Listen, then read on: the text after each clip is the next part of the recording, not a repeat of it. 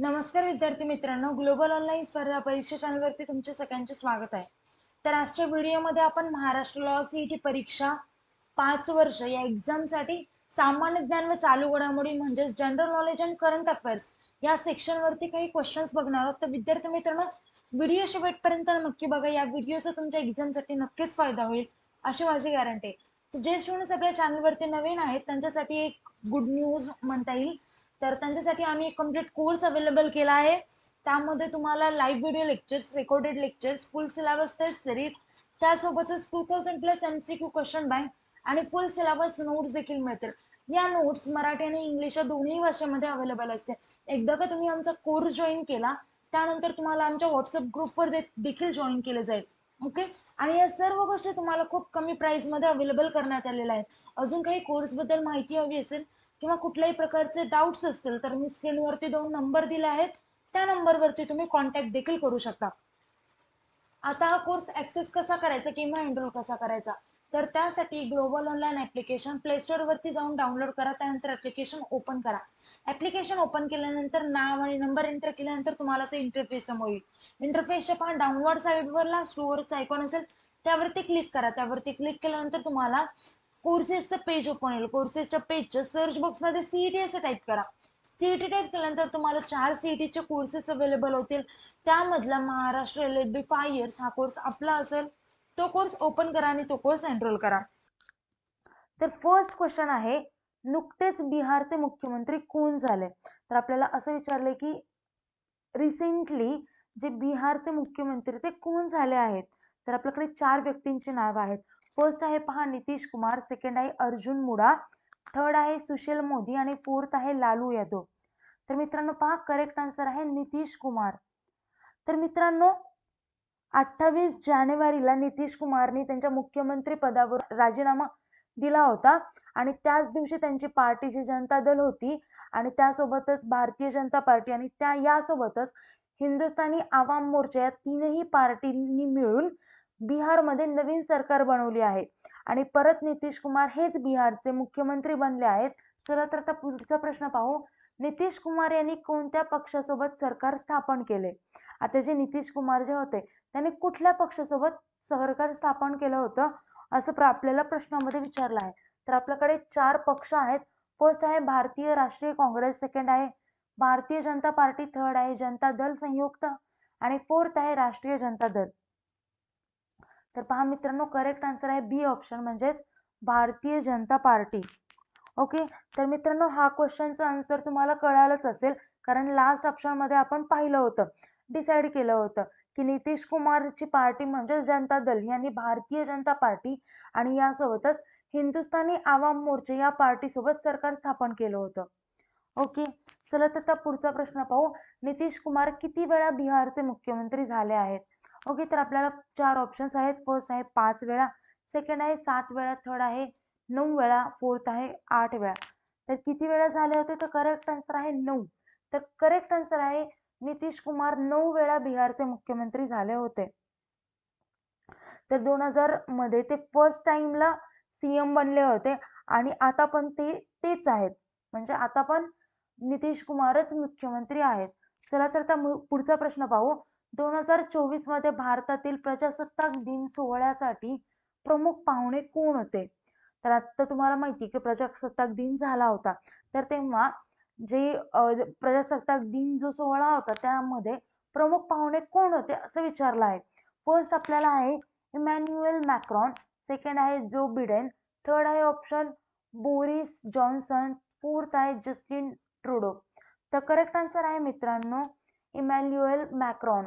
तर मित्रांनो जर तुम्ही यावेळेसची प्रजासत्ताक दिनची परेड पाहिली असेल तर तुम्ही पाहिलं असेल की यावेळेस जे फ्रेंचचे राष्ट्रपती आहेत इमॅन्युएल मॅक्रॉन ते आले होते आणि तेच प्रमुख पाहुणे होते. चला तर आता पुढचा प्रश्न पाहू. भारताचा पहिला नागरिक कोण आहे? तर फर्स्ट आहे राष्ट्रपती, सेकंड आहे पंतप्रधान, थर्ड आहे ऑप्शन मध्ये मुख्य न्यायाधीश आणि फोर्थ ऑप्शन आहे वरीलपैकी काही नाही. तर मित्रांनो पहा, करेक्ट आन्सर आहे राष्ट्रपती. तर भारताचा पहिला नागरिक हा राष्ट्रपती असतो. ओके. तर मित्रांनो अनुच्छेद 52 नुसार देशाचा पहिला नागरिक हा राष्ट्रपती असतो. कारण तो आपल्या देशाचे प्रतिनिधित्व करत असतो. चला तर आता पुढचा प्रश्न पाहू. प्रजासत्ताक दिन 2024 ची थीम काय होती? तर आपल्याकडे 4 ऑप्शन्स आहेत थीमचे. फर्स्ट आहे युनिटी इन डायव्हर्सिटी, सेकंड आहे डिजिटल इंडिया, थर्ड आहे इंडिया मदर ऑफ डेमोक्रेसी आणि फोर्थ आहे युथ एम्पॉवरमेंट. ओके, तर करेक्ट आन्सर आहे इंडिया मदर ऑफ डेमोक्रेसी. तर मित्रांनो, यावेळेस प्रजासत्ताक दिनच्या परेडमध्ये आपल्या देशाने वेगवेगळ्या थीम्स ठेवले होते, जसे की इंडिया मदर ऑफ डेमोक्रेसी आणि विकसित भारत, आणि त्यासोबतच महिला सक्षमीकरण यावरती होता. आणि ही परेड दिल्लीमध्ये असलेल्या कर्तव्य पथवरती आहे. चला तर आता पुढचा प्रश्न पाहू. भारतात भारतीय सेना दिन कोणत्या तारखेला साजरा केला जातो? आपल्याकडे 4 ऑप्शन्स आहेत. फर्स्ट आहे 16 जानेवारी, सेकंड आहे 14 जानेवारी, थर्ड आहे 12 जानेवारी आणि फोर्थ ऑप्शन आहे 15 जानेवारी. तर पहा मित्रांनो, करेक्ट आन्सर आहे 15 जानेवारी. म्हणजे भारतात जो भारतीय सेना दिन साजरा केला जातो तो 15 जानेवारीला साजरा केला जातो. ओके, तर आपण भारतीय सेना दिन हा 15 जानेवारीला साजरा करतो. तर हा दिवस साजरा करण्यामागचं मेन मोटिव्ह असं आहे की याच दिवशी पहिल्या भारतीयाने, ज्यांचे नाव जनरल के.एम. करियप्पा होते, त्यांनी भारतीय लष्कराचा कमांडर इन चीफ म्हणून general sir Francis Robert Roy butcher यांच्याकडून कार्यभार स्वीकारला होता. चला तर आता पुढचा प्रश्न पाहू. भारताच्या राष्ट्रध्वजाची रचना कोणी केली आहे? तर आपल्याकडे 4 महान व्यक्तींची नावं आहेत. फर्स्ट आहे महात्मा गांधी, सेकंड आहे जवाहरलाल नेहरू, थर्ड आहे सरदार पटेल आणि फोर्थ आहे पिंगली व्यंकय्या. तर करेक्ट आन्सर आहे पहा मित्रांनो, पिंगली व्यंकय्या. तर पिंगली व्यंकय्या जे होते त्यांनी भारताच्या राष्ट्रध्वजाची रचना केली होती. तर मित्रांनो, पिंगली व्यंकय्या यांनी भारताच्या राष्ट्रध्वजाची रचना केली आहे आणि 22 जुलै 1947 रोजी भारताच्या संविधान सभेने राष्ट्रध्वजाला मान्यता दिली होती. चला तर आता नेक्स्ट पुढचा प्रश्न पाहू. राष्ट्रीय मतदार दिवस कधी साजरा केला जातो? तर आपल्याकडे 4 दिनांकांचे ऑप्शन्स आहेत. फर्स्ट आहे 25 जानेवारी, सेकंड आहे 26 जानेवारी, थर्ड आहे 24 जानेवारी आणि फोर्थ आहे 27 जानेवारी. तर करेक्ट आन्सर आहे मित्रांनो 25 जानेवारी. तर राष्ट्रीय मतदार दिवस हा 25 जानेवारीला साजरा केला जातो आणि हा दिवस आपण आपलं जे इलेक्शन कमिशन आहे, म्हणजेच भारतीय निवडणूक आयोग आहे ना, तर त्याचा स्थापना केल्याबद्दल साजरा करतो. आणि याच दिवशी वोटिंगचं महत्त्व सांगण्यासाठी वेगवेगळ्या मोहीम राबवल्या जातात. चला तर आता पुढचा प्रश्न पाहू. महाराष्ट्रातील सर्वात लांब नदी कोणती आहे? तर आपल्याकडे 4 ऑप्शन आहेत नदींचे. फर्स्ट आहे तापी नदी, सेकंड आहे भीमा नदी, थर्ड आहे गोदावरी नदी ही फोर्थ आहे कृष्णा नदी. तर करेक्ट आन्सर आहे मित्रांनो गोदावरी नदी. तर गोदावरी नदी ही महाराष्ट्रातील सर्वात लांब नदी आहे आणि तिचा उगम त्र्यंबकेश्वर जवळ ब्रह्मगिरी पर्वतावर होऊन जातो आणि या गोदावरी नदीची लांबी ही 1465 किलोमीटर इतकी आहे आणि ती नदी बंगालच्या उपसागराला जाऊन मिळते. महाराष्ट्रातील सगळ्यात लांब नदी ही गोदावरी आहे, तर भारतातली सगळ्यात लांब नदी ही गंगा आहे. असा पण प्रश्न विचारला जाऊ शकतो की भारतातील सगळ्यात लांब नदी कोणती? तर आन्सर असेल गंगा नदी. ओके, चला तर आता पुढचा प्रश्न पाहू. FIH हॉकी 5 महिला विश्वचषक स्पर्धेचे उपविजेतेपद कोणी जिंकले आहे? तर आपल्याकडे 4 देशांचे ऑप्शन्स आहेत.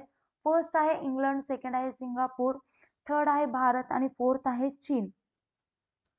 तर पहा, करेक्ट आन्सर आहे भारत. तर FIH हॉकी 5 महिला विश्वचषक स्पर्धेचे उपविजेतेपद हे भारत देशाने जिंकले आहे, म्हणजे आपल्या भारत देशाने जिंकले आहे.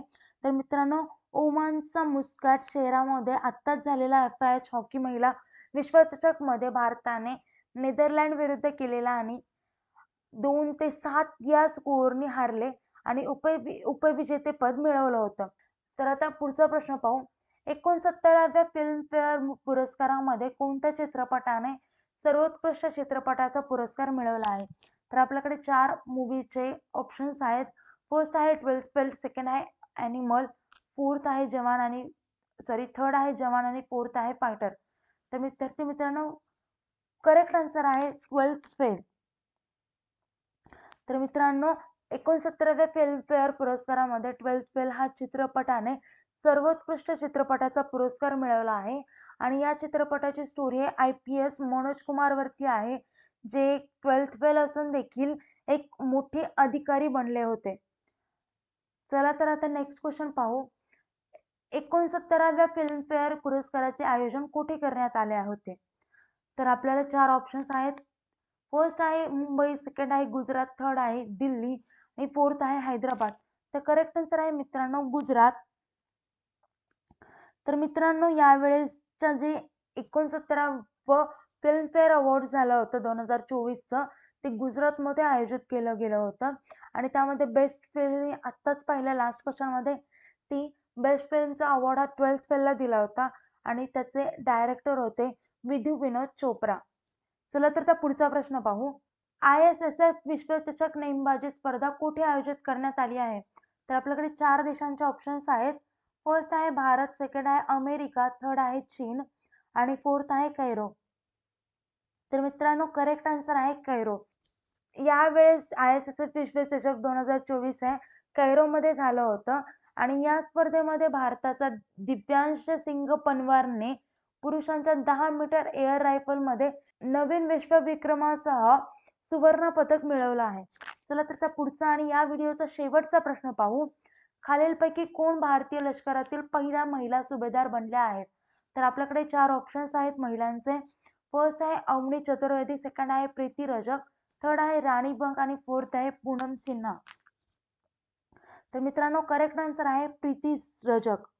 तर मित्रांनो ट्रॅप शूटिंग मध्ये चॅम्पियन असलेल्या हवालदार प्रीती राजक यांची पदोन्नती झाल्यानंतर भारतीय सैन्यात सुभेदार पदावर जाणारी पहिली महिला ही बनली आहे. तर आता मित्रांनो व्हिडिओ इथेच थांबवा. काही डाऊट्स असेल तर मला कमेंट थ्रू विचारा आणि जर आम्ही जो आपण ग्लोबल ऑनलाईन चॅनलने जो कोर्स अवेलेबल केला आहे तुमच्यासाठी, तो कोर्स नक्कीच जॉईन करा. जसं की आपल्याला माहिती आहे महाराष्ट्र CET एक्झाममध्ये 150 मार्कांचा पेपर असतो. तर जर तुम्ही हा कोर्स जॉईन केला तर तुम्हाला नक्कीच 130च्या अबाव मार्क्स पडतील, ही माझी गॅरंटी आहे. आता व्हिडिओ आपण इथेच थांबूया. थँक्यू.